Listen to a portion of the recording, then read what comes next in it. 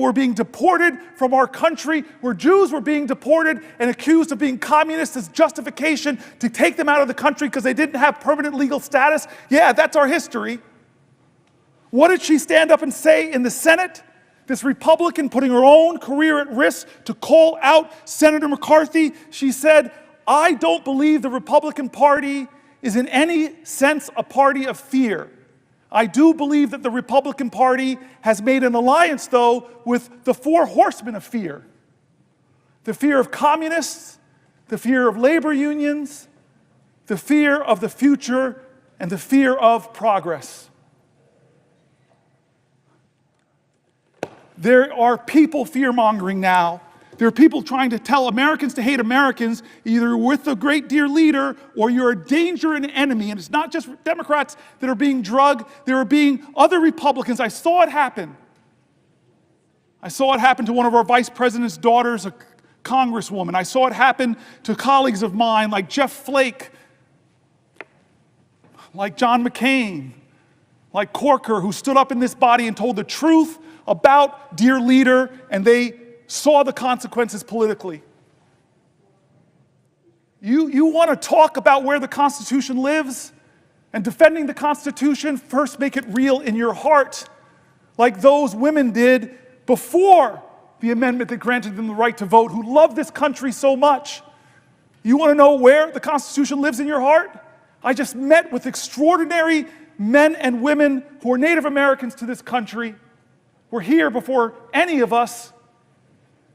They love this country so much, even with the sins against them. You want to know where the Constitution lives? Let it live in the hearts of all Americans now, and ask yourself, is the leader of our country, is he living the Constitution in his heart? Because his learned hand says it's not braggadocious, it's not mean, it is loving, it is kind, it is expansive. We are Americans. Our creed, above the presiding elder, says it all, e pluribus unum, trying to remind our country that despite racial difference, gender, besides Republican or Democrat, ethnics, you know all the lines that divide us are not nearly as strong as the ties that bind us. That's what e pluribus unum means. What about the pledge that Learned Hand read? Listen to the words, it says things. It says things in that pledge. It says that we are one nation under God, that we are indivisible, and we pledge ourselves to liberty and justice, not just to the people who agree with the president, but for all.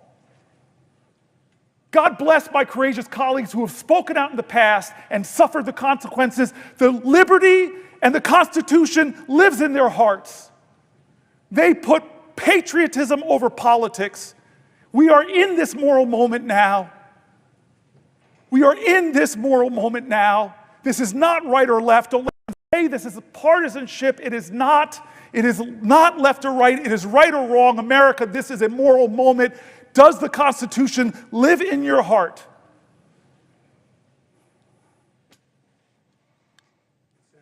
Or a question. Before I yield, I love this power trip.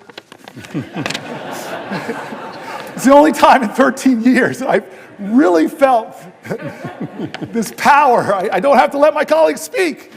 And I, first amongst us all, really love to speak. I just want to say thank you to Chris Murphy. I repeated this 10, 15 hours ago, but I just want to tell the story, and then I'll let you go, Chris. 9 years ago on this floor, after the Pulse shooting, we called Chuck Schumer, Chris and I saw a moment, he saw a moment that we couldn't do business as usual. We just said, how can you have this mass shooting, yet another mass shooting, and this body just go on as business as usual? It's why I'm standing here right now. And we agreed, with the Chuck Schumer's help, that we would get control of the Senate. And Chris Murphy went down to that desk, and I promised him, I'll be with you, I'll stand with you, I won't sit down, we'll go as long as we possibly can. And he began a filibuster 9 years ago, and it lasted 15 hours, and he still had fuel in the tank. I know he did. I was a hurting guy. I told you my back was hurting, my feet were hurting. But we had a direct end when Mitch McConnell agreed to give us votes on common sense gun safety, which I think every American, most gun owners agree on, just universal background checks. And it failed to get 60 votes in the Senate, but you stood, and I stood with you. And he said to me days ago, if you're going to do this, brother, I will be your aide-de-camp this time, and you've been with me. You have been with me far past 15 hours. You've been with me for 23 hours and 49 minutes.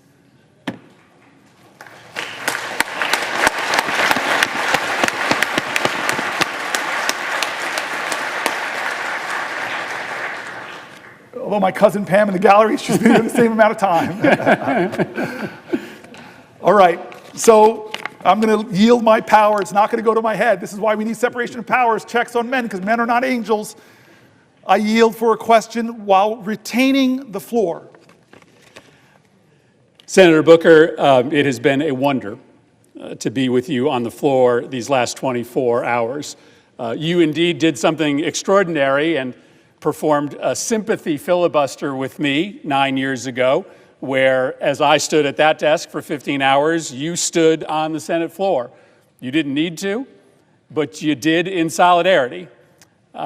I have been with you for the last 24 hours, but I've sat for most of it. You've done the hard work. You are an extraordinary senator. You are an extraordinary American. And I think I can say on behalf of everyone in this chamber and many people in the gallery, you are an extraordinary friend. And so I think all of us feel privileged to be here with you at this moment of peril, this moment of danger, this moment of opportunity for the nation, but also this moment of history. On August 28, 1957, at about 8:45 p.m., Strom Thurmond took this floor. And he took the floor with the intent of trying to block the 1957 Civil Rights Bill. This was the most significant, really the only civil rights bill that had been before the United States Senate in 90 years. Most famously, about 10 years before, when he was running for president as a Dixiecrat, he had said, "There's not enough troops in the Army to force the Southern people to break down segregation and admit the Negro race into our theaters, into our swimming pools, into our homes, and into our churches." And he sat on this floor for just over 24 hours, and he made the case for why this nation should continue to segregate black and white. He started, in fact, by reading every single state's voting rights laws. Every single state's laws he read into the record, apparently as proof that every state adequately protected all of its voters and that no additional laws were necessary. He had friends in his cause to preserve segregation that came down to the floor and asked him long questions to give him breathers. At the end of that 24 hours, at around 9 p.m. the following night, he could go no longer. His final words in his 24-hour record-breaking filibuster were, "I expect to vote against the bill." But within hours, the bill passed. It became law. It established the Office of Civil Rights at the Department of Justice. It was not nearly enough, but it broke 90 years of inaction. What you have done here today, Senator Booker, couldn't be more different than what occurred on this floor in 1957. Strom Thurmond was standing in the way of inevitable progress towards equal political and economic rights for black Americans. It was inevitable only because the people of this nation were standing up at that moment, the beginning of the civil rights movement, to make clear that progress was inevitable. And I say that that moment is so different from this moment because today you are standing in the way not of progress, but of retreat. You are standing in the way of retreat from the rule of law, retreat from our commitment to provide care to the most vulnerable, retreat from our common cause, at least we used to be in common cause, that we would have zero tolerance from corruption at the highest levels of government. And you have recognized rightly that this multifaceted retreat from everything that makes this country so special, and the speed of that retreat over the last 71 days, it is an exceptional moment. You've said that word over and over again. It is not normal what this administration has been doing to rob from us the values that used to unite left and right in this nation. And so you made this bold decision to engage in an exceptional tactic, to declare 24 hours ago that you were going to stand on this floor for as long as you could to try to raise the specter of failure in our fight against this retreat for our colleagues and for the American public. The exceptional nature we have heard so eloquently from you over the course of the last 24 hours, the massive transfer of wealth in this reconciliation bill from the poor and the middle class to the wealthy, the industrial scale harassment of journalists, of universities, of law firms, the destruction of the independence of the Department of Justice, the destruction of the American knowledge economy and the research economy, the use of the White House in violation of the Constitution to make those in power richer. You have laid out the case. And it's funny, I remember this from 9 years ago. When you're sitting in your spot, you haven't moved in 24 hours, you have no idea what's happening outside of this building. You don't actually know how many people in this country have engaged in the conversation that you started 24 hours ago. On one social media platform alone, there have been 150 million clicks on your live stream. This is a country of 300 million Americans. You have been able to pique a conversation here amongst our colleagues, who we need to stand with us eventually against this retreat, and across this country. And I think we are here as we reach a pivotal hour to just say thank you for having the courage, the audacity to bring us on this journey. And so my question is pretty simple. I think you will find when you finally leave this chamber that you have done something extraordinary, that you didn't solve the problem, that we are still a long ways from being able to successfully beat back this retreat, but that you have accomplished something extraordinary. And so I guess that's just my question. When you set out with this idea, when this was starting to germinate in your mind, my question for you, Senator Booker, is what did you hope to accomplish? I thank my colleague and my friend again. He and I talked about this, that I was challenged by my own constituents to do something different, challenged by my own constituents to do something, challenged by my own constituents to take risks. My staff here, who should get a lot of credit for making it thus far, I'm not sitting down, but I'm mindful of what you said about Strom Thurmond. I'm mindful of that right now as I watch that clock tick for another 20 minutes.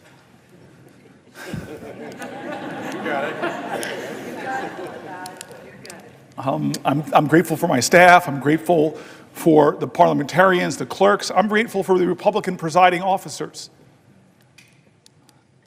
I don't know if I want to out Curtis on the note that the good senator on the presiding officer, forgive me, on the note he sent me, but this is the kind of specialness in this place that I love. I want to tell a few connecting stories. I think some of my colleagues know a few of these, but I want to explain why I started this whole 24 hours talking about John Lewis and good trouble.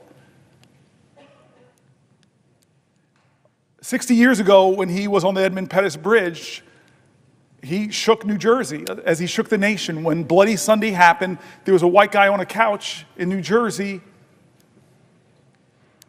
who was watching TV and was so shaken. This lawyer said, I gotta go to Alabama. He realized he couldn't afford a plane ticket. So this man slumped back down on his couch, and then he said, at a moral moment in America, I'm not gonna let my inability to do everything undermine my determination to do something different. And he got up and said, okay, it was a meager calculation, but it was different. I can afford 1 hour a month of pro bono work. And he called around and he found this woman named Lee Porter, who was heading up an organization called the Fair Housing Council, and said, can you use a lawyer? And she's like, hallelujah, thank you, Jesus. Yeah, we need some help. And they worked together and they designed a sting operation where they would send black families in areas of New Jersey that would not sell homes to black people, where usually the best public schools were, and if they were told the house was sold, they'd send a white couple behind them to expose that the house was still for sale and expose all of this. Well, they had a lot of success getting things written about the severe housing discrimination in my state. And he said that after about 4 years, I got this case file of a black family trying to move to New Jersey, and they were frustrated because every time they look at homes in the places of the best public schools, which happened to be white communities, they said they couldn't find a home. So they did the sting operation. They sent the black couple in. They were told this incredible house was not for sale. They loved the house, so when the white couple went, they just threw in a bid to see if it would be accepted. The bid was accepted. Papers were drawn up on the day of the closing. The white couple did not show up. The black man did. Lawyer Marty Friedman marched in, confronted the real estate agent. You would think 1969, a year after the Fair Housing Act, that he would capitulate, but he didn't. This lawyer gets up so angry, this real estate agent gets up so angry, he punches the lawyer in the face and sings a Doberman Pinscher on the black guy. They get out of there shaken up, and they start writing letters back and forth. The good owners of the home found out what was going on. They were so aghast. They said, let us sell the house directly to the black family. The black family moved in. And 43 years later, the baby from that family became the 4th popularly elected black senator in our country, me. Now, I tell that story because I started with John Lewis 24 hours ago, and it was John Lewis and a bunch of marchers on a bridge that influenced the destiny of my life and my family's life. We're all interconnected. As King says, we're all caught in an inescapable network of mutuality, tied in that common garment of destiny. But I want to tell you the second time John Lewis shook up my life. I was mayor of the city of Newark, and I got called to be on a TV show. I got called by a guy named Skip Gates, who I love, admire, and he calls me and he jazzes me up. He fills my ego. He just flatters me. Hey, I got this show called Finding Your Roots, Cory Booker, and you're a rising star. You're this hot shot. We should feature you in this. And I'm like, oh, great. Oh, don't say that, Skip. But okay, yeah, of course. And then I said, okay, well, who are you going to pair me with? And I thought it was going to be another young hotshot, up-and-coming politician in America.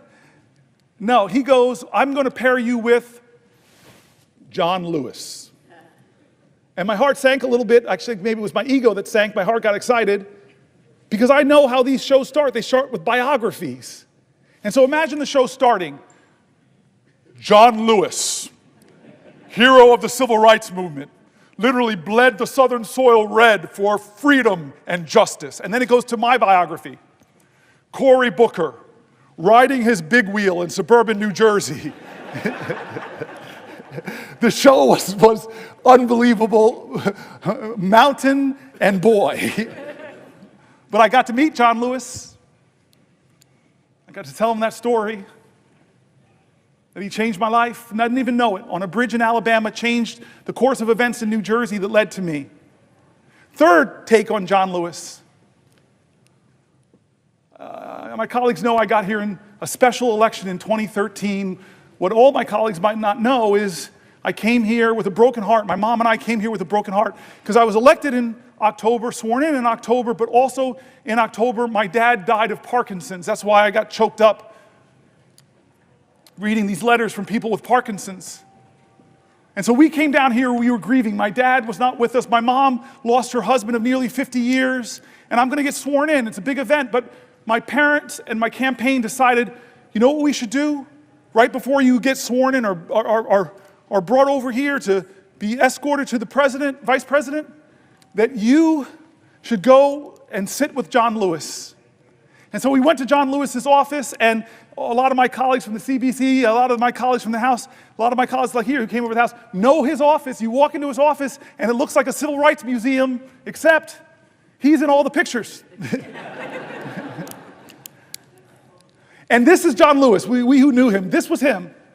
Mountain of a man. He had already prepared eggs and grits, a good Southern breakfast, and wouldn't let my mom and I get up, and he serves us all, and he humbly is saying, this is why I marched, this is why I sacrificed for history-making days like this. He told us how special this was for him. He told me that he would be right here, where my friends are sitting, watching me get sworn in, and how proud he was going to be. In a sense, he stood in for my dad on this floor, and then boom, I'm a senator. I find colleagues and friends here, and I find a lot of colleagues and friends in the CBC. At that point, I was the only African American in our caucus, and found so many friends, so many heroes that have gone up from the Senate now, who looked at me, adopted me, helped me. Dick Durbin, you were amazing in those early months. And this is the next time I meet John Lewis for a moment that changed my life. Chris Murphy, Brian Schatz, remember this moment. It was during the 2017 healthcare debate, when I didn't know how we were going to stop that bill from passing and taking away 20 million healthcare from 20 million Americans. But John Lewis, hey, Corey, let's do something different. What you got in mind? And I said, well, John Lewis, I got this phone. It's very powerful. Let's do a Facebook Live. And so I open it up, Facebook Live. We meet in the Capitol, and then he says, hey, where can we go to sit down for a place? And I love it, my favorite place to sit. I watch Schoolhouse Rock so much, it's right on the steps of the Capitol. Let's just sit there and talk. Chris Murphy, Brian Schatz, first people out to sit with us. And the time lapse is amazing. First 2, 3 people, then 10 people, then 50 people, then hundreds of people. I have it all. Coming because of the moral magnetism of this man, John Lewis. And he talked to people that night who were looking for, what can I do? I'm just one person. And this guy who in his 20s, who was just one person and caused a heck of a lot of good trouble, he told them, don't lose faith, don't lose hope. Get angry, but let it fuel you. Be afraid, but know that's a necessary precondition to courage. He was amazing that night, and I know my colleagues remember that. And then there was the next time. Oh, Brother Warnock, you're going to love this one. The next time I was with John Lewis, Jimmy Carter had gotten a little sick. But then he got better and went back to teaching Sunday school, and I thought, this man is in his 90s. I need to go to Sunday school. And so who do I know? Because there's a waiting line. It's like people sleep out all night. I might have been a little selfish. How do I know I can get in? Call John Lewis. I say, hey, I got this great idea. Why don't we go to Jimmy Carter to watch him teach Sunday school? So I have the singular greatest road trip. I fly into Atlanta, we get into a car, and we drive all those hours to Plains, Georgia. Indeed, people were waiting outside, but it's John Lewis. Come on in. We sit in the front row. I must be in the front row. And we sit down. And then this marvelous, incredible moment comes. Somebody comes and says, Congressman Lewis, Senator Booker, the President, First Lady would love to see you beforehand. It's my first time meeting President Jimmy Carter. But I walk in, I'm sort of on the sidelines. These two men are hugging each other. He and the First Lady. And the two of them whisper for a second, and Jimmy Carter walks over to me and says, I hear you're thinking about running for President of the United States. And he does something incredible. He says, I think you should run, but only if you run, and he pokes my heart, only if you run from here. The last time of the powerful moments I've had in my life with that man, that so many of us have had these powerful moments, the last time happened because of a man named Michael Collins. I know there are people in this room that got the same phone call I got, that it won't be long now, that John Lewis is going to pass very soon. He can't speak, but I know he would want you to have your moment to say goodbye to him. And what do I do? What do I do? Say goodbye to a man that's a legend in my life, a legend in our nation. What do you do to say goodbye to him? I wasn't prepared. I can't say I said anything eloquent. Michael Collins, God bless you, man. You put the phone by his ear and you just gave me my time to have a conversation with the man that would soon die, the man that changed my life, that helped my family get into a neighborhood that loved me and cherished me. God love Harrington Park. The man who stood in for my father when heaven brought him home. The man that showed me on the steps of this Capitol how powerful the people are. It wasn't about him, it was about them. The man that brought me to see a president who flattered every senator's ego, tell them what they want to hear, run for president. And so I said everything I could, but the last thing I said I remember very well. I said, I love you. I said, I love you. And I said, John, I know you're going to be in heaven looking down on us. And I promise you, John Lewis, that I will do everything possible, that we'll do everything possible to make you proud.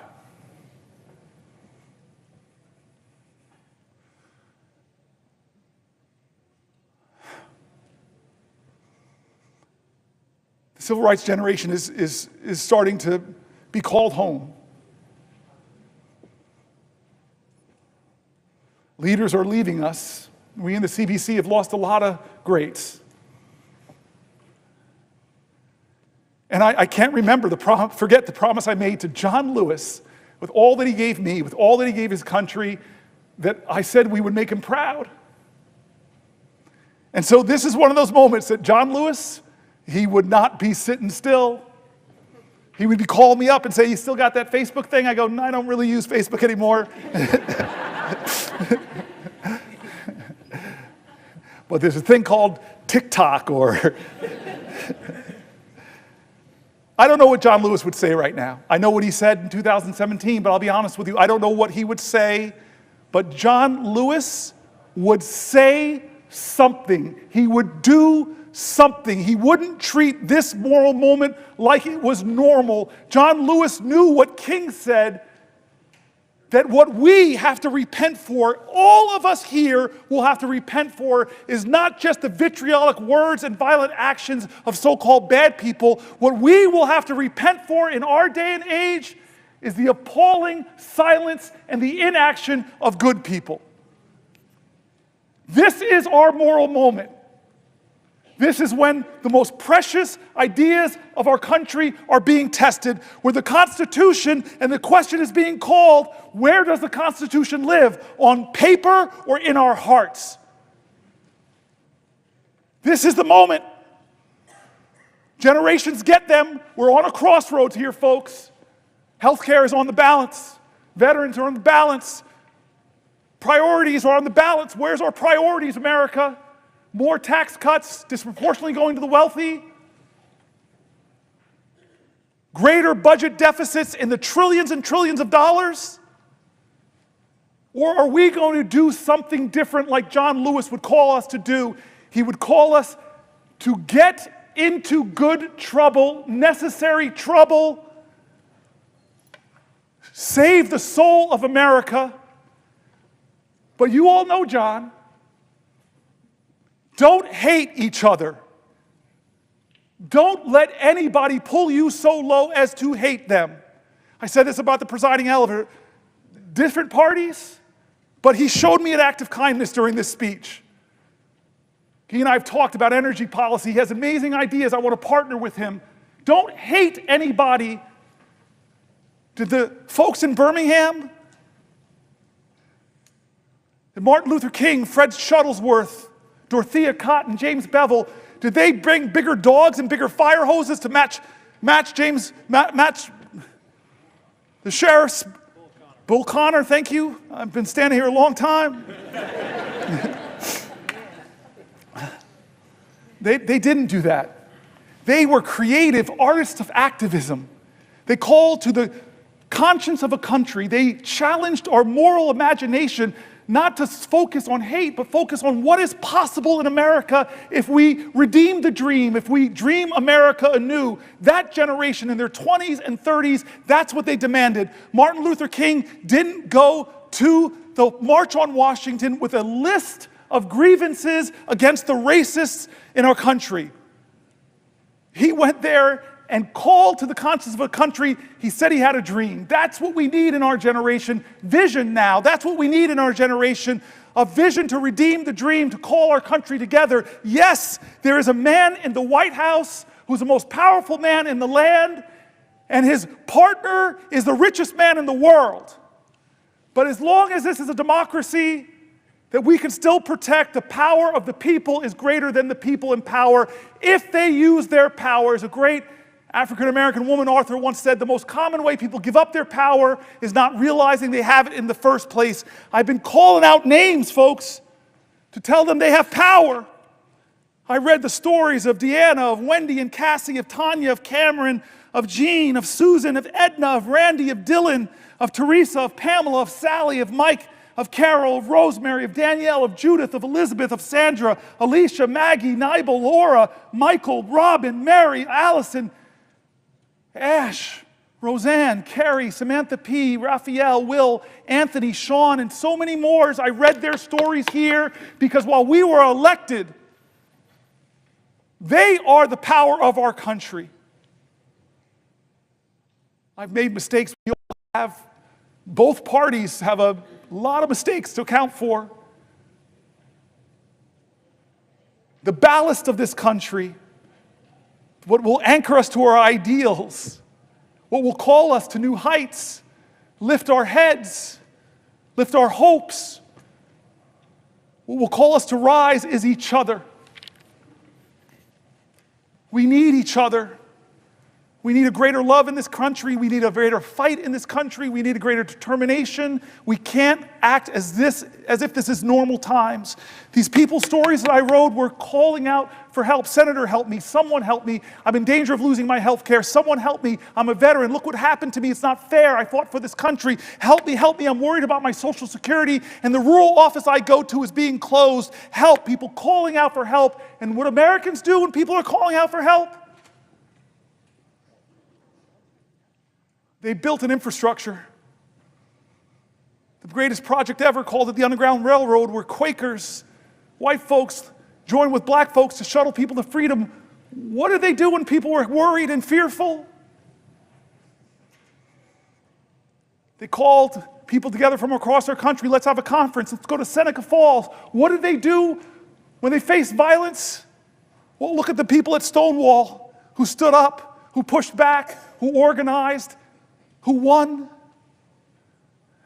What do they do when the dogs are unleashed on us, the fire hose are unleashed on us? Look at what they did in Selma. I'm getting close to a record, folks, but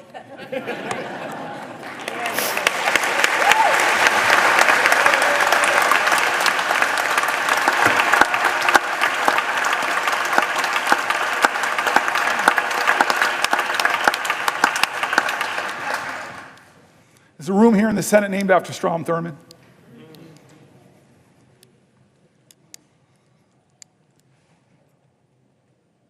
To hate him was wrong. And maybe my ego got too caught up that if I stood here, maybe, just maybe I could break this record of the man who tried to stop the rights upon which I stand. I'm not here, though, because of his speech. I'm here despite his speech. I'm here because as powerful as he was, the people were more powerful.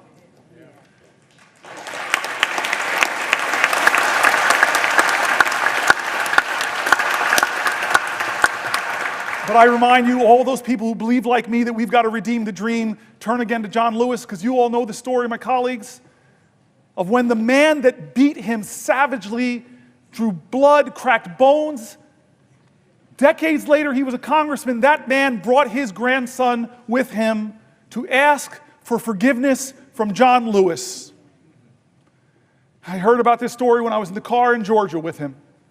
What did you do, John? This man that so viciously beat you, wounded you, bruised you, battered you. What did you do when he came to ask you for forgiveness? What did you do? And a good Christian man of faith, simply said, every one of us needs mercy. Every one of us needs redemption. I forgave him. I hugged him. We wept. And I looked at the boy. This nation needs you too.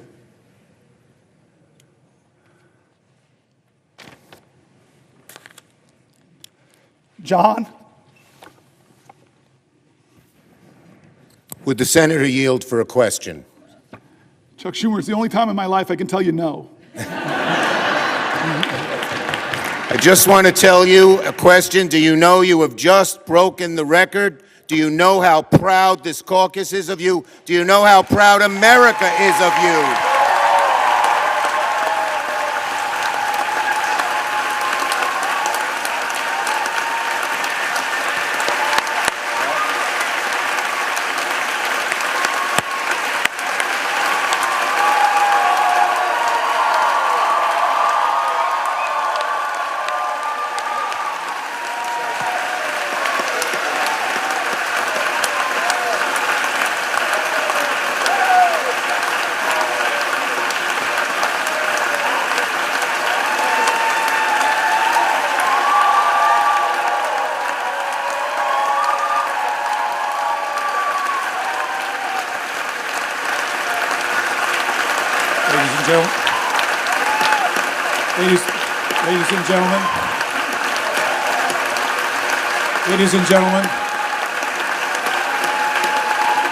Ladies and gentlemen,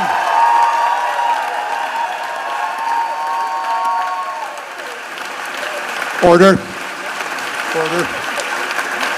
The chair does not wish to take away from this moment, but I think the best way to honor this great accomplishment to our guests in the gallery, to make a rare exception and let you stand to show your appreciation, I will not constrain my fellow senators.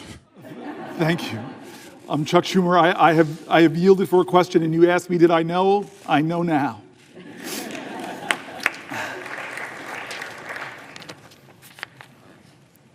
I want to not quite wrap this up yet. I don't want to wrap this up yet. My mom's senator. My mom's been watching. I know Catherine Cortez Masto has a podium in front of her. She can give me a rest. I'd like to go a little further if we can, just a little further. I love, and again, I know people are trying to train each other, and all of our media operations, they give the worst images of the people of the other party. But I want to tell you, one of the funny tweets my staff gave me is something Ted Cruz said. Is he's around 19-20 hours, he said, maybe I should pull a fire alarm. He's going to break my record.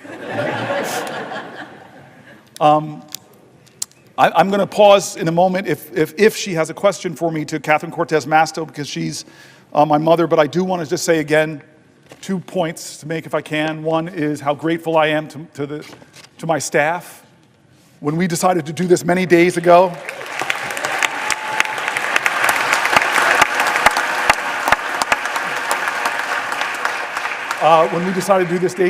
they were like, we have to do this.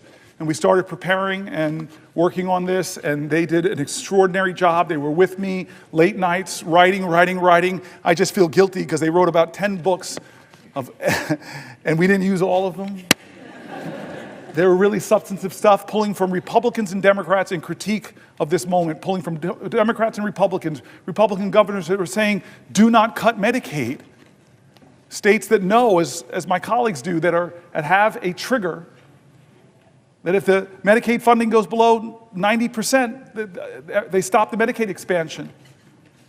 My staff really worked hard to not make this just Democratic voices, to make it people in our country, that Republicans and Democrats, you heard mentioned in the speech, the Cato Institute, the Manhattan Institute, all people who are honest arbiters and are saying that what Trump is doing is wrong, that a budget like this that blows massive holes in our deficit, it will be something our children are trying to pay for. And what are they ultimately paying for that's caused this big deficit? It's trillions of dollars of tax cuts that people like Doge, multi-billionaire Musk will benefit from, but children won't. They did such a good job bringing together authorities on both sides of the aisle. I just want to thank them. I want to thank my cousin Pam and my family. Cousin Pam, like Chris Murphy, was here for the whole time. I want to thank Chris Murphy again.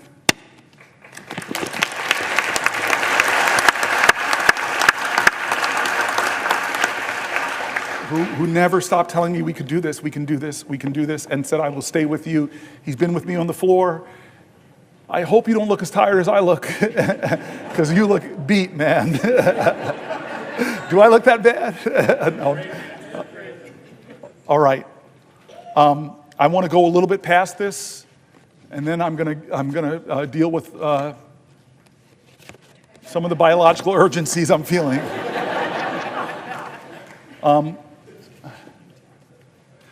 But I'm going to wait here because I have the power, I have the floor. Somebody has to ask me, perhaps from my mom's state, the way that's supposed to work. So will the good senator from New Jersey yield for a question? My mom would be so upset with me, my Aunt Marilyn, my Uncle Butch, my Aunt Shirley, all the people that are your constituents, not mine. They would be upset with me if I didn't yield to you for a question while retaining the floor. Well, first of all, Senator Booker, I have to say, we in Nevada are so proud of you. We are proud to be Nevada Strong. You are one of us. You are definitely New Jersey, Nevada Strong, and so proud of what you have accomplished so far, and willing to stay here as long as it takes to help you get your message across. And I think that's the important moment. We are all here right now. So I want to pose a question to you, actually a couple questions, but I want to start off and set the stage here, because you have been here now, for over 24 hours. You are missing some of the national news, things that are happening out there.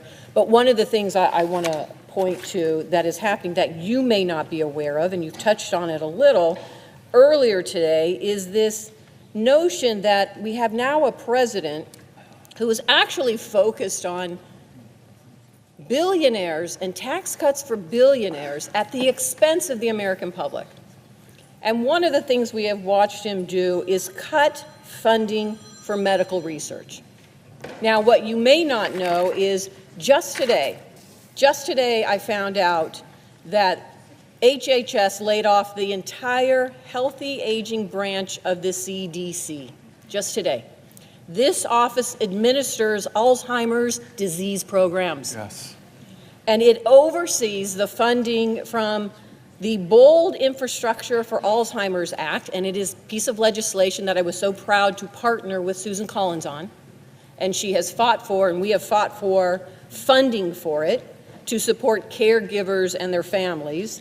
And Congress just reauthorized this funding. And now we have a president that has stopped the critical work that scientists are doing to try and cure Alzheimer's. And I bring this to your attention, Senator, because like you, and I think like all of us, there are personal moments in the work that we do. My personal moment is my grandmother, who I'm named after, died from Alzheimer's. And she died at a time in Las Vegas when there was not enough research, when there was not enough health care, when there were really not enough providers to understand what was going on. And so for many of us, this fight, not only is it personal, but we recognize the impact that it has outside the Beltway in so many families and lives across the country. And that's what this is about. In Nevada, as of 2023, there are 49,000 people, 65 and older, are living with Alzheimer's.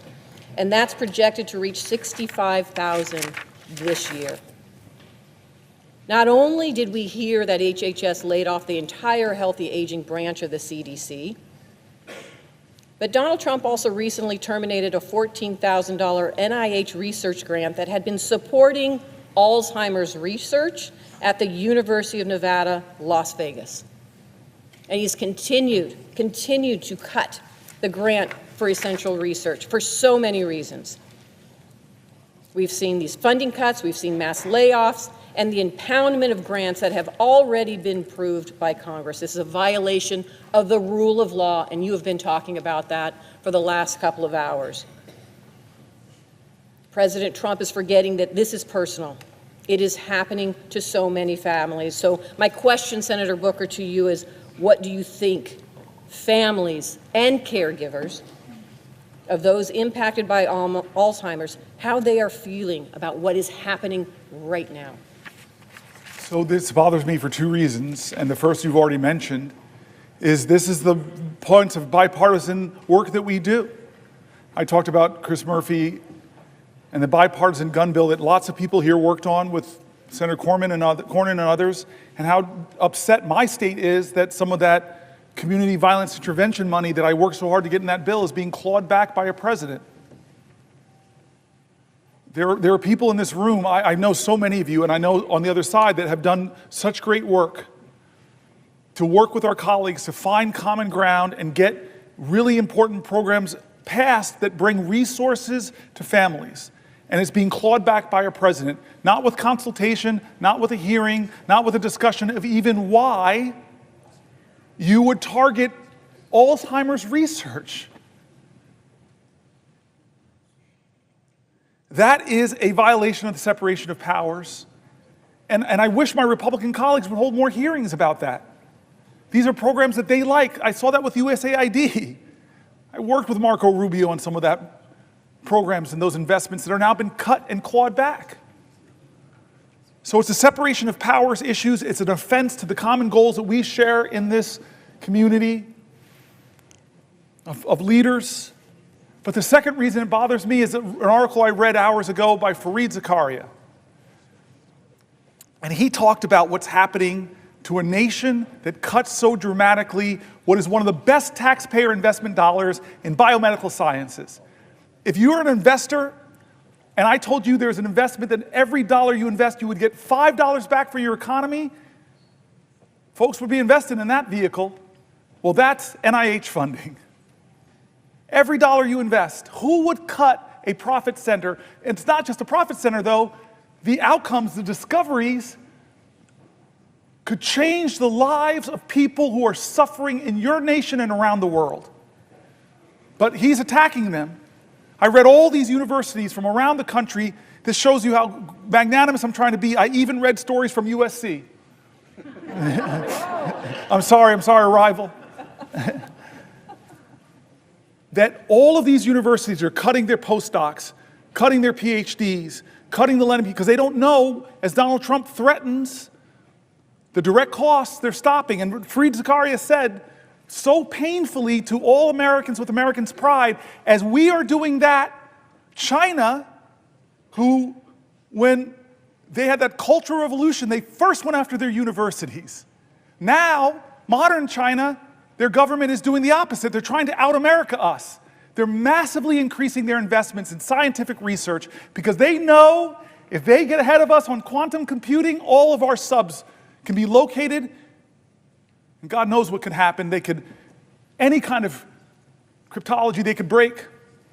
They know if they get ahead of us on scientific research, the power and advantage it will give them, so they're doubling down. But what are we doing in America? We're tolerating a president that is cutting the funding that will predict who defines the future and what values will define those futures. Will they be democratic values, or will it be the values of the country that's competing with us to beat us, and right now we're giving them a head start? And then the final reason that question bothers me is because my father died of Parkinson's, and he had Parkinson's-related dementia. And I know what that's like. I know the pain families are enduring. I remember the time that my dad and my mom, we were in the movie theater, and my mother just shook my world. She was in Georgia. And so many people here in this room have had the same experience. We're in a movie theater, and my mom leans over to me and said, "You need to take your dad to the bathroom." I never imagined the years of my dad as a 2-year-old and 3-year-old taking me to the bathroom, that one day I'd have to take him. And so in this Atlanta movie theater, in the middle of a movie, which I was like, okay, it's time for me to do this ritual that so many families know. I pick my dad up, who's shuffling with his Parkinson's. I'm not seeing any light in his eyes that he's there. I'm just letting him hold me, and he's shuffling into the bathroom. And then we get to a public bathroom. His hands are shaking. He's standing in front of the urinal, and then I realize I got to unbuckle this man's pants. So many families know this, and my ego, I'm sorry, I was leaning over and I'm saying, wait a minute, I'm in a public bathroom, leaning over, I'm buckling another man's pants. Please, please, God, don't let somebody come in. And as if God heard my call, someone walked in. And I hear the person walk, and I'm like, just please keep walking. Go into a stall, please keep walking. And then suddenly I hear the feet walk past me and stop. And then the man turns around and says, oh my God, Cory Booker. And then I look up at my dad, and I see the clarity in his eyes. He is 100% there, and he's grinning and loving my mortified embarrassment.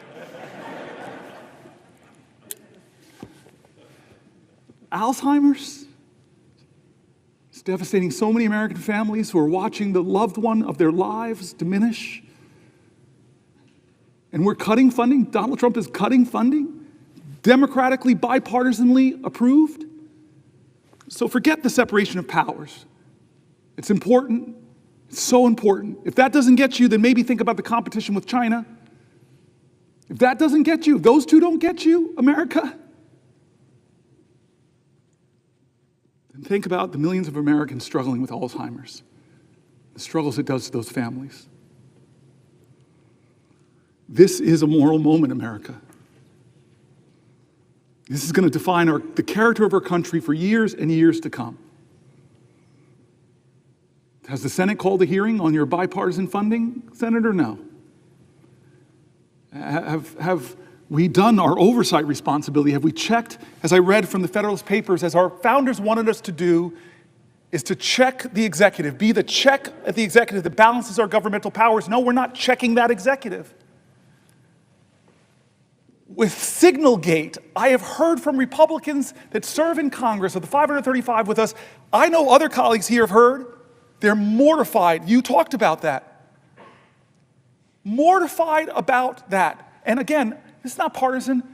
The Biden administration made foreign policy mistakes. Obama made foreign policy mistakes.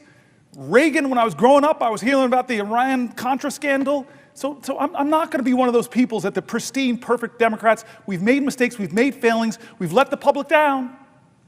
We have some reckoning in our own party that we're working on right now. But that doesn't say that you should just be one of these people that says, well, Biden did it. No, you should be a leader of character that says there's something wrong here, and in fact, it could point to real problems in the national security of our country. And the laws that we established. One of those laws is very simple. You're supposed to preserve records. How can a signal chain that disappears not be a violation of the law of this land? Is there a hearing on that? Head of the Intel Commission, not a hearing at all. Where are the checks and balances spelled out in the Constitution? We are derelicting our duties here in the Senate. We really are. And the consequences of that is the very national security of our country. How many times do you think this was the first time they created a signal chat?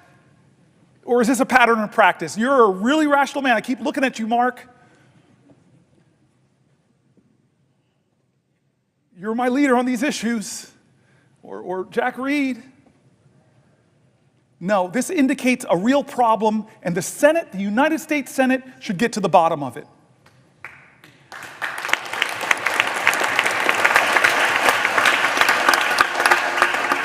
This is a moral moment. I keep saying it's a moral moment.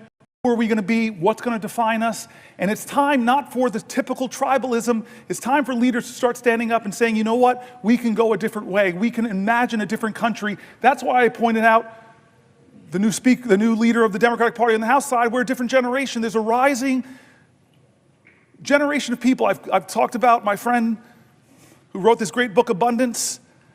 There's a whole bunch of new ideas out there that are about the future, about the possibilities, about the hope, about the greatness of America, not the greatness that is braggadocious, not the greatness that says, I'm better than you, not the greatness that says, only I can fix things. That's not the America we want. We want America that says, we the people. An America that says, e pluribus unum. An America says that our history shows that rugged individualism and self-reliance are important values, but rugged individualism didn't beat the Nazis. It didn't take us to the moon. We did that together, America. We need bigger visions that can unite us beyond our narrow partisan divides to get a real mandate. And you know what a real mandate should be? It should be government efficiency. It really should be. God, I have heard from so many of my colleagues on this side of the aisle that have said, if they formed a commission of former executives in this body, I see you, Maggie Hassan, it was hard, but I had to cut 24% of my budget, 1 out of 4 employees. It was really hard, caused a lot of pain, but we had to reduce my government. There are a lot of people here, there are executives on both sides of the aisle that would have said, pick me, let's form the most exciting team possible. Because Jack Reed knows that the military of the United States of America could do things more efficiently. It's a little bit of waste over there, because they haven't passed an audit. Where's Maria Cantwell? The Commerce Committee. So many ideas about how to create profit centers in the American government. You have talked to me about them. You're brilliant on some of these ideas. I look around here, but I could look to the other side of the aisle. The farmer sitting over there, the guy who's been so good to me, Chuck Grassley. I forced that man to hug me when we passed. I forced you to hug me, sir. I have pictures. Can't deny it. I don't know how you're going to get reelected now, sir. You hugged this dude, black dude from New Jersey. You're so sweet to me still. We passed a big bipartisan bill because people like him, like the presiding officer, I've met with you, you still have big ideas. You still have big ideas that aren't partisan.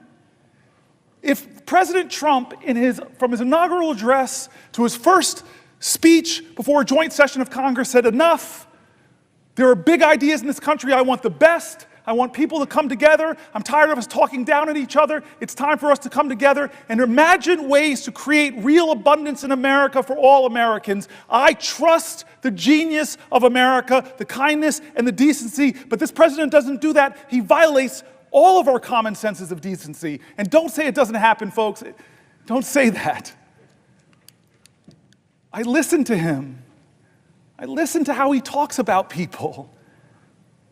We have a government now, as I said earlier, that isn't ask not what your country can do for you, but what you can do for your country. We have a country now where a president says, ask not what your country can do for you, ask what you can do for Donald Trump. And you're seeing who gets the special treatment. Some law firms are really threatened right now with being bankrupted by Donald Trump targeting them. Others have decided a different path. I'm not hating on them, but they said we're going to go to Trump and we're going to offer him what he wants. We're going to give him tens of millions of dollars of free pro bono work. I wish they would bring some of that free pro bono work to Newark, New Jersey. A lot of people who need lawyers, folks in my city. What are the standards here of our government? You want a merger? Well, maybe you should put a lot of money in Donald Trump's meme coin. I read the document, there's something word called emoluments. And we sit by and act like, oh, no big deal. He's made millions and millions of dollars from who we don't know. We haven't held one hearing of oversight to know who is giving him millions of dollars to that meme coin. Is it the Turks? Is it the Saudis? Is it the Chinese? Is it the Russian oligarchs? Do we know? Should we know? Yes, America, stop falling into tribal lanes and closing your eyes to things that should not be normalized. Why are we normalizing these things? They're wrong. They're patently, on the face of it, is wrong. If you use Signal to discuss a military attack, the time of the attack, the weapons that are going to be used, and you do it on a commercial app and decide to include a reporter, there should be accountability. Am I crazy?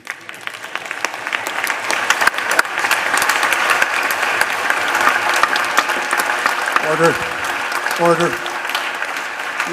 Ladies and gentlemen, let me just remind you, expressions of approval and disapproval are not permitted by the gallery. Thank you. He was forced to say that. Look at you, defiant man.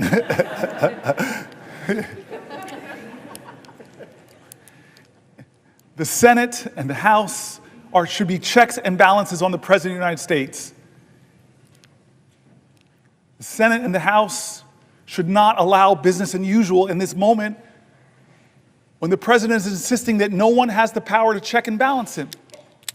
When a judge does it, when a judge decides on the soundness of his legal observations to have a ruling,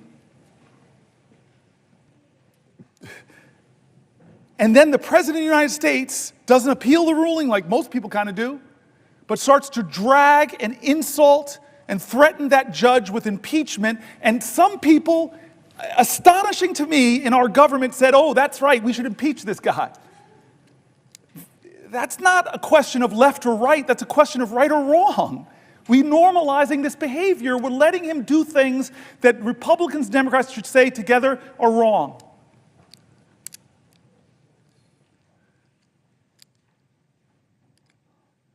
And so I want to say, I'm going to stop soon.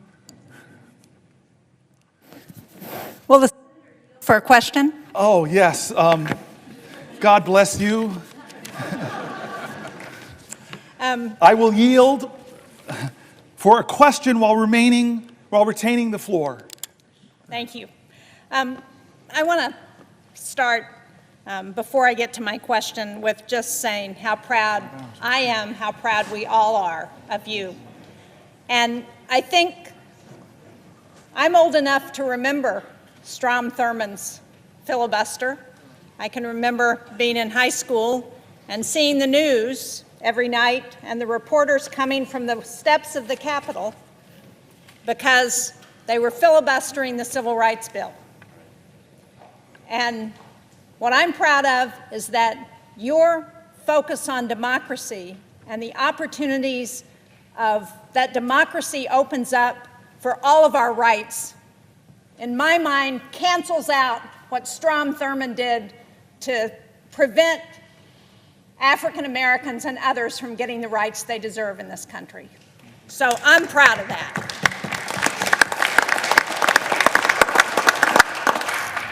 But I really want to, you talked earlier this afternoon about the rule of law and the overreach of this administration.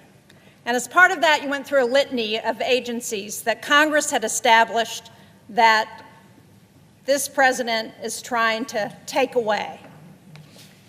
And I just wanted to point out that, and you mentioned this earlier, one of those agencies that Congress established is the U.S. Agency for International Development.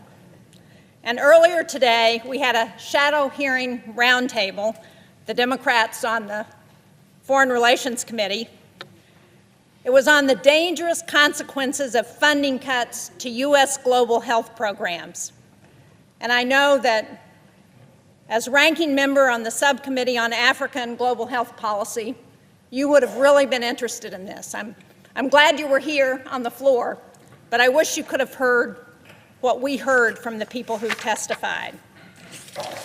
We heard from Atul Gawande, who used to be the administrator of USAID, their global health program. We heard from Dan Schwartz, who is the Vice President of Management Sciences for Health, that's a contractor that works on global health programs. And we heard from Nick Enrich, who's the former Assistant Administrator for Global Health at USAID. And they started out by talking about what global health has accomplished through USAID. PEPFAR has saved more than 26 million lives. It's reversed the spread of HIV/AIDS. They've done malaria prevention and control for over 500 million people. They've eradicated smallpox and eliminated most of polio. They've reduced infant mortality by more than 59% since 1990.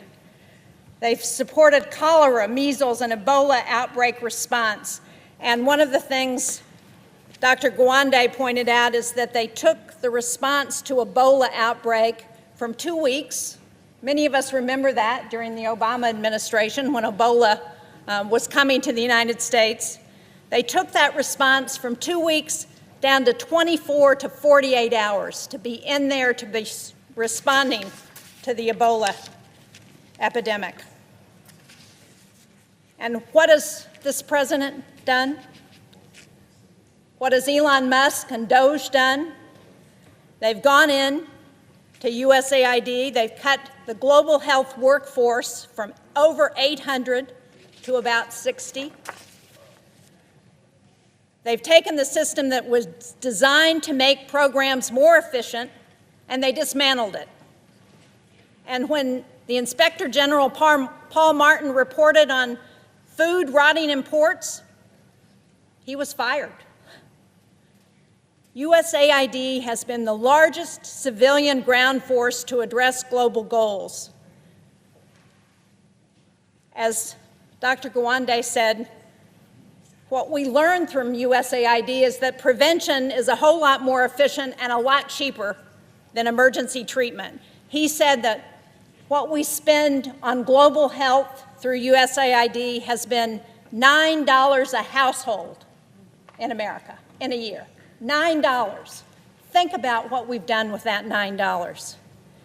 And as they were going through the litany of programs that have been cut, the one that caught my eye was 75% of the pandemic threat comes from diseases jumping from animals to humans. That program has been terminated. 75% of the threat of future pandemics. So, as we think about rule of law and the overreach of this president, would you agree with me that there has been no consultation with Congress about any effort to move USAID into the Department of State, and that because Congress created this agency, Congress has got to be involved in reauthorizing whatever comes next, and that this president and his Doge boys need to understand that before they take any more steps at USAID? Yes, yes, yes. You and I both know that in a bipartisan way, we created some of these programs principally to keep America safe. Many of us remember that dramatic hearing where Trump's Secretary of Defense, James Mattis, sat before the American people when they were discussing the budgets for USAID and the State Department. And John Mattis knew the power of those programs to keep us safe. You mentioned infectious diseases. Well, we live in a world where an infectious disease anywhere is a threat to public health everywhere. So pulling our scientists out of the fight against Ebola, pulling our scientists out of drug-resistant tuberculosis fights, it makes no sense. And then, in terms of our safety, he just simply said, if you cut these programs, buy me more bullets, because our fight's to spread democracy. There are nations in Africa, for example, where the Chinese are trying to influence a different way of life. That's why so many African countries now won't criticize China for things that the rest of the world say are bad because they owe them so much debt, they're so engaged, they're so overplaying the fact. Chris Coons said something, I think it was Chris Coons said something painful earlier about Myanmar. This horrific thing. America, the most generous country on the planet, when there's a crisis, we lead the rest. I've sat in meetings in a bipartisan way with ambassadors from other countries where we had the moral authority to tell them, you're not doing enough. And in the Myanmar crisis right now, as Chris Coons said, who's standing there? Not Americans. We don't have the capacity anymore to help in a horrific crisis like that, but the Chinese government's there. Again, it's what defines us. I keep saying this is not a left-right moment. This is a moral moment, and we tell our truth with what we do with our resources. And here's the thing. When you poll people and ask them how much money you spend on USAID, they say, oh, it must be 10% of the American budget. It must be 5% of the American budget. It's around 1% or less. A penny of what tax dollars you send down to Washington goes to help us to make sure that around the globe we're countering the hard power of some countries with the power of our light and our soft power. We have been the envy of the world, where people see and know how special America is because we live the value of every major religion, that we're going to love our neighbors, we're going to be there for you in your times of need. And we all know, with a terrorist group from far away did the most horrific attack, that in a lot of these countries, terrorist groups are trying to counter the democratic governments there. Look in the Sahel region. Look what's happening. When I was in Nigeria, I was shocked to say what they're talking about, instabilities in the north, the threats of terrorism in the north.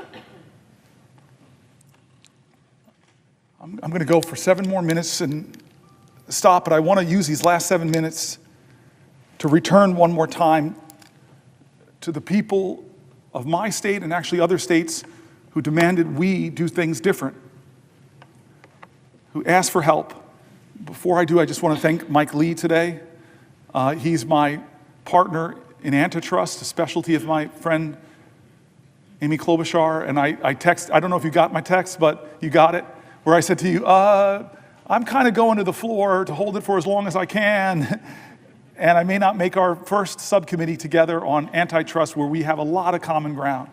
So I'm sorry I missed it today. I know you'll fill me in, but I know my friend filled in. Thank you. So I want to close back where we started, about us, about why I'm here.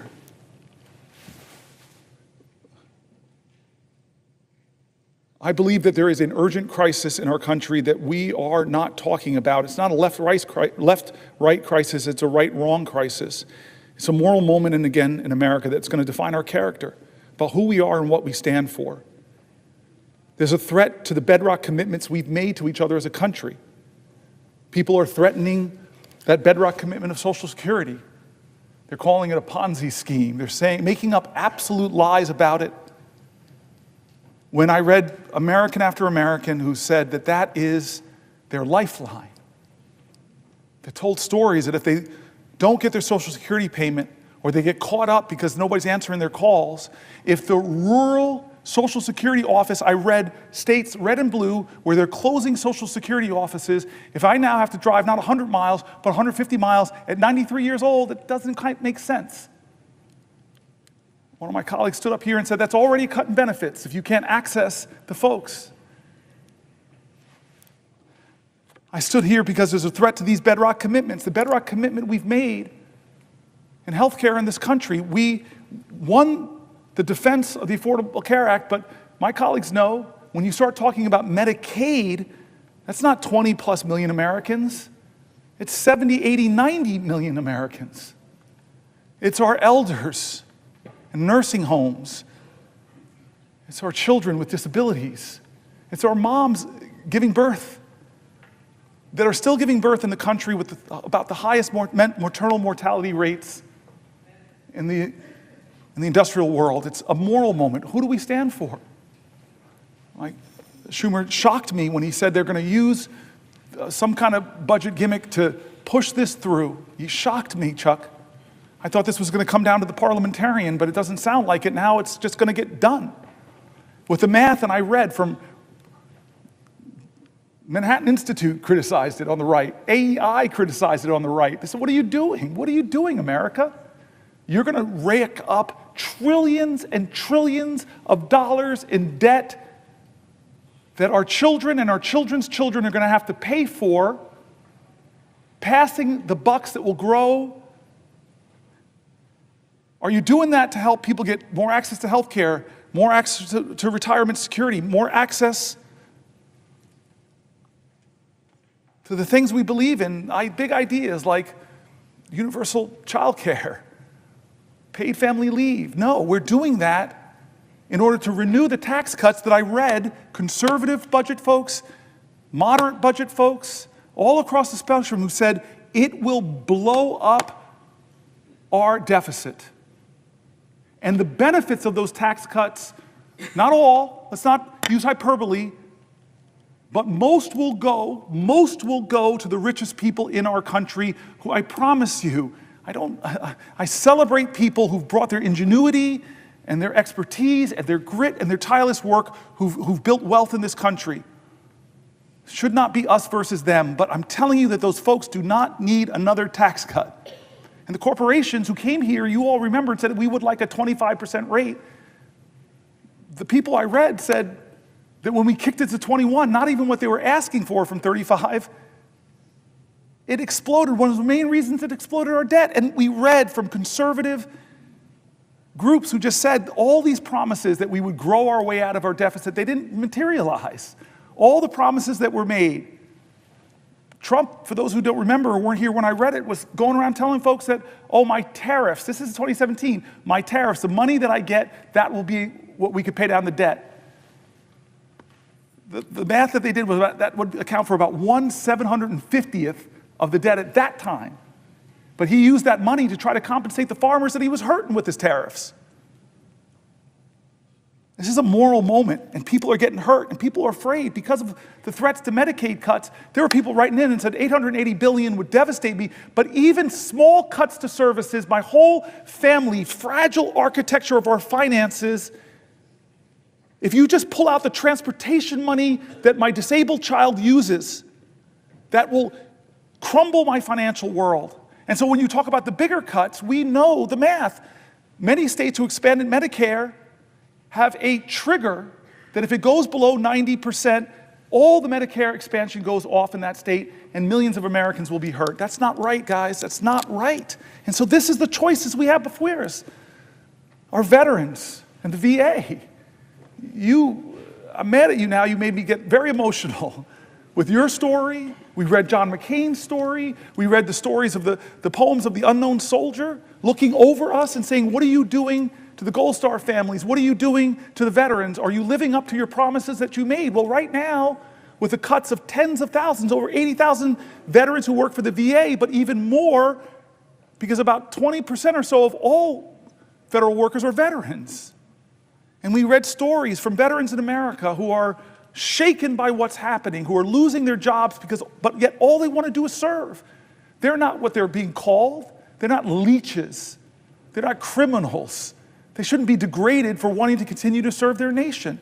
This is what we're talking about, our veterans, our seniors, our health care, our financial security going forward. I asked the question to all those people who voted for Donald Trump, who believed in him that he would lower your grocery prices. I asked you, look at your financial self. Are you better off than you were 72 years ago financially? Well, the answer for most people who believed in him is no, because he didn't set out to do anything to lower prices. He set out to rename the Gulf of Mexico, to threaten Canada, to say I'm going to take over Greenland. He's done a lot of things, 140 executive orders. Many of them actually drive up your costs, make it more expensive to enroll in the ACA, reduce a lot of the tax credits there. He's increased your costs. He's taxed your bedrock services. Stock market tumbles, your 401k accounts are less. Inflation is up. Consumer confidence is down. This is what the voices we brought into this chamber, the voices of our constituents, red states, blue states, the voices of Democrats and Republicans, Republican governors, Democratic governors. We brought all the people that are saying, no, this is a moral moment, not left or right, right or wrong. And so I've tried over the last 25 hours and 1 minute to center the conversation back on what will we do of good conscience. People who are saying, I served this country, I risked my life, shouldn't be able to keep my job. People who are saying, this country once made itself the envy of the world because we invested in high quality education for every child. I don't like what's going on with the end of the Department of Education. People who are saying, I worked harder than I ever have, but the prices on everything in my life are getting higher. People who are saying that the America I learned about in school, the one where people's rights are protected, the people who are saying that why are we yet again going through another healthcare battle that threatens millions of people, the people who are saying that I'm worried about the financial security and the future of my country, the voices of folks. And so I end by saying simply this, where I started was John Lewis. I don't know how to solve this. I don't know how to stop us from going down this road. Chuck Schumer's now told me that they're greasing the skids to do these things. I'm sorry, but I know who does have the power. The people of the United States of America. The power of the people is greater than the people in power. It is time to heed the words of the man I began this whole thing with, John Lewis. I beg folks to take his example of his early days where he made himself determined to show his love for his country at a time the country didn't love him. To love this country so much, to be such a patriot that he endured beatings savagely on the Edmund Pettus Bridge, at lunch counters, on freedom rides. He said he had to do something. He would not normalize a moment like this. He would not just go along with business as usual. He wouldn't know how to solve it. But there's one thing that he would do that I hope we all can do that I think I did a little bit of tonight.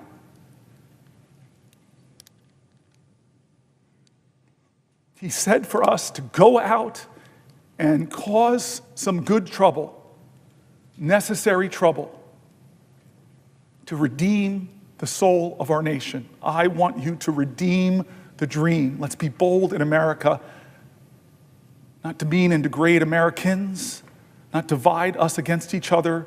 Let's be bolder in America with a vision that inspires, with hope that starts with the people of the United States of America. That's how this country started. We, the people. Let's get back to the ideals that others are threatening. Let's get back to our founding documents, that those imperfect geniuses had some very special words at the end of the Declaration of Independence. It was one of the greatest in all of humanity declarations of interdependence. When our founders said we must mutually pledge to each other our lives, our fortunes, and our sacred honor. We need that now from all Americans. This is a moral moment. It's not left or right, it's right or wrong.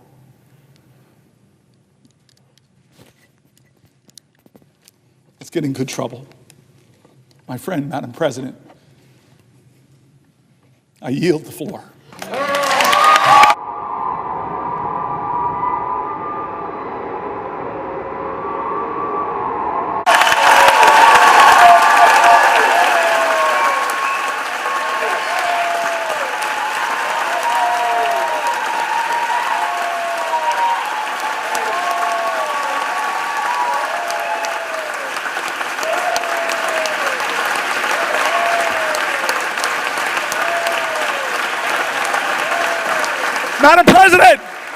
Madam President, thank you to the pages, thank you to the parliamentarian staff, thank you to the clerks, thank you to the doorkeepers. There are so many people that make this place special. I kept you up all night, kept you up 24 hours. I just want to say thank you. Thank you, everybody.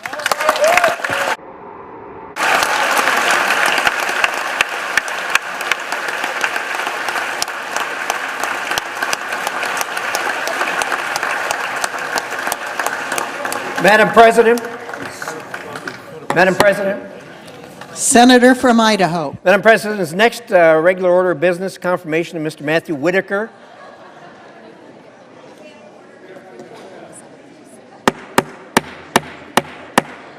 Order in the Senate, please. Order in the galleries. Madam President, is the next regular order of business confirmation of Mr. Matthew Whitaker to be ambassador to NATO? So that's the next order of business up. It is. Thank you. I'd ask unanimous consent that myself and the senator from Iowa be permitted to speak each 3 minutes, and immediately upon conclusion of that, we proceed to the vote on the confirmation. Without objection. I'd yield the floor to the senator from Iowa. There will be order in the Senate. There will be order in the Senate.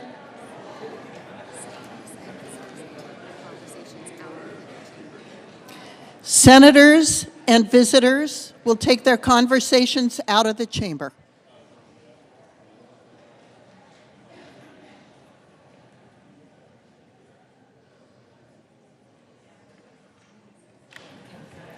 The senator from Idaho. Thank you. Excuse me, Iowa.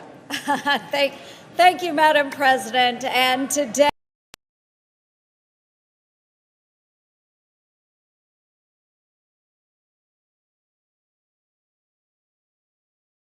audio circuit for the Reuters live service.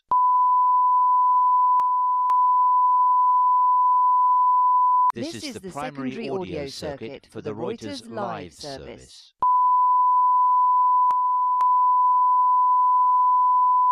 This is the primary audio circuit for the Reuters live service.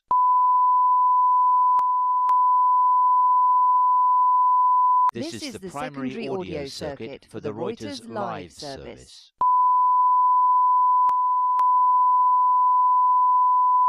This is the primary audio circuit for the Reuters live service.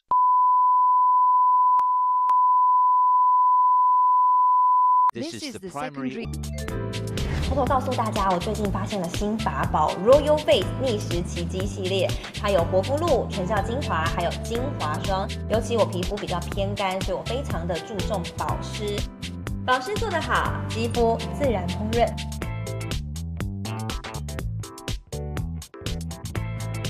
提亮肤色更年轻，抚平皱纹超有感，而且气色变好。用心保养，每天都更美一点。